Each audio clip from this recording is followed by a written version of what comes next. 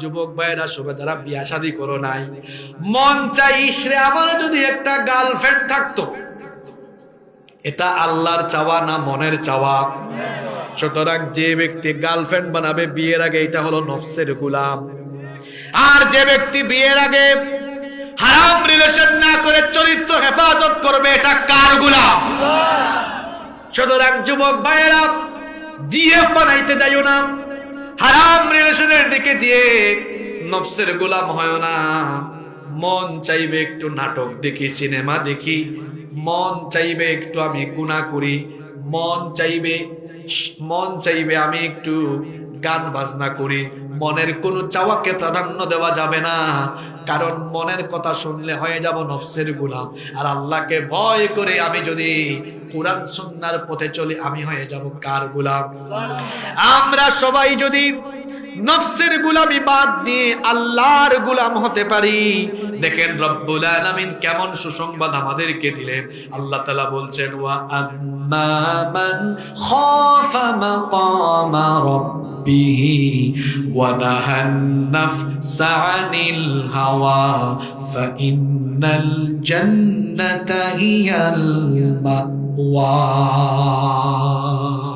আল্লাহ বলছেন, যে ব্যক্তি তার রবের সামনে দাঁড়িয়ে হিসাব দেওয়া লাগবে, বিচারের সম্মুখীন হয়ে সব বিষয়ের হিসাব দেওয়া লাগবে, এই ভয় অন্তরে লালন করে নফসের ধোঁকা থেকে, নফসের গোলামি থেকে যারা নিজেদেরকে হেফাজত করবে, নফসের গোলামি থেকে বেঁচে থাকবে যারা, আল্লাহ বলছেন ফাইন্নাল জান্নাতা হিয়াল মাওয়া, জান্নাতের অধিবাসী হয়ে যাবে তারা।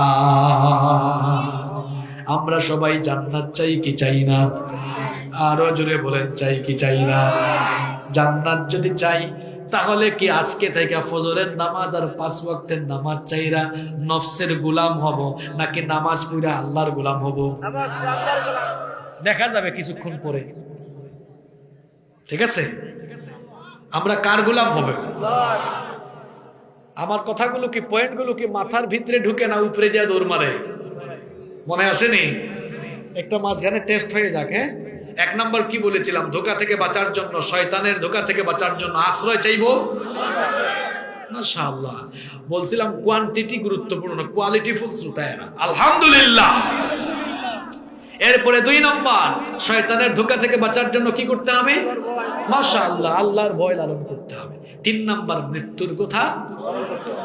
4 নম্বর, নফসের গোলামি করা যাবে। কষ্ট হচ্ছে আপনাদের?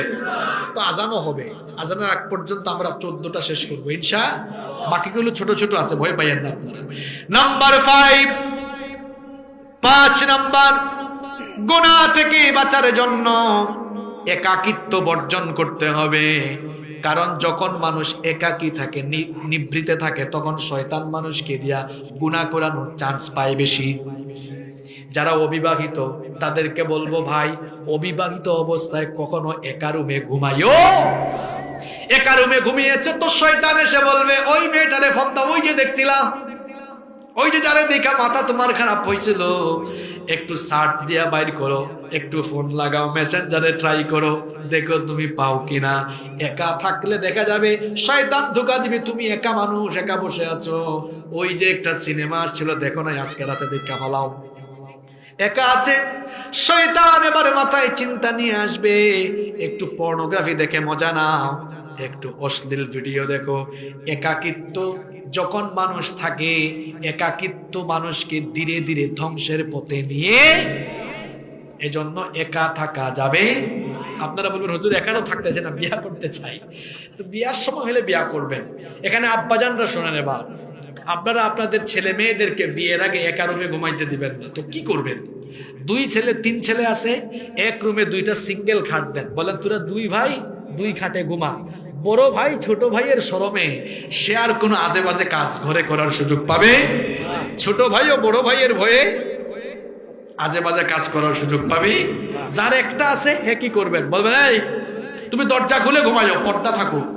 দরজা খোলা থাকলে ছেলের ভিতরে ভয় থাকবে, না জানি আমার আব্বা আম্মা কখন আমার ফিস ফিস ফিস ফিস আওয়াজ শুনে ফেলে কিনা, ঠিক কিনা? ঠিক এভাবে মেয়েদেরকেও একাকিত্ব বর্জন করতে হবে। একা থাকলে আমি যে কথাগুলো বলছি হয়তো অনেকের জীবনের সাথে মিলে যাচ্ছে। একা থাকলেই, ওই দিন একটা জায়গায় মাহফিলে গিয়েছে, এক যুবক এসে দরজা বন্ধ করে দিয়েছে। এই তো 20-25 দিন আগের ঘটনা। ইয়াং ছেলে দরজা বন্ধ করে দিয়েছে। আমি বললাম, কিরে ভাই, দরজা বন্ধ করে দিয়েছেন কেন? কই হুজুর, শরমের কথা, কাউকে বলতে পারছি না, খুব ভালোবাসি আপনাকে, আপনার কাছে আমি লজ্জা ভেঙে বলতে চাই, অনুমতি দিলে বললাম বলেন। বলে, হুজুর, আমি গত 3 বছর ধরে পর্নোগ্রাফিতে আসক্ত। কি করব বলেন? যখন শয়তানের ওয়াসওয়াসা আসে দেখে ফেলি, এরপরে আবার অনুতপ্ত হই, খারাপ লাগে, আমি যেটা করেছি ঠিক করি নাই। আমি প্রথম প্রশ্ন করলাম, ভাই আপনি কি রাতে একা থাকেন? অথবা আমি বললাম, আপনি কি নীরবে একাকিত্বে বেশি থাকেন? শেষ প্রথম প্রশ্নই কমন। হ্যাঁ হুজুর। এই রূপ ধরছেন কেমনে আপনি? আমি বললাম, রোগীটা আমি ধরি নাই, কোরআন হাদিসে মানুষের জীবনের সমস্যার সমাধান আছে না নাই? কথায় আছে না, অলস মস্তিষ্ক শয়তানের আড্ডাখানা। একাকিত্ব বর্জন করতে হবে।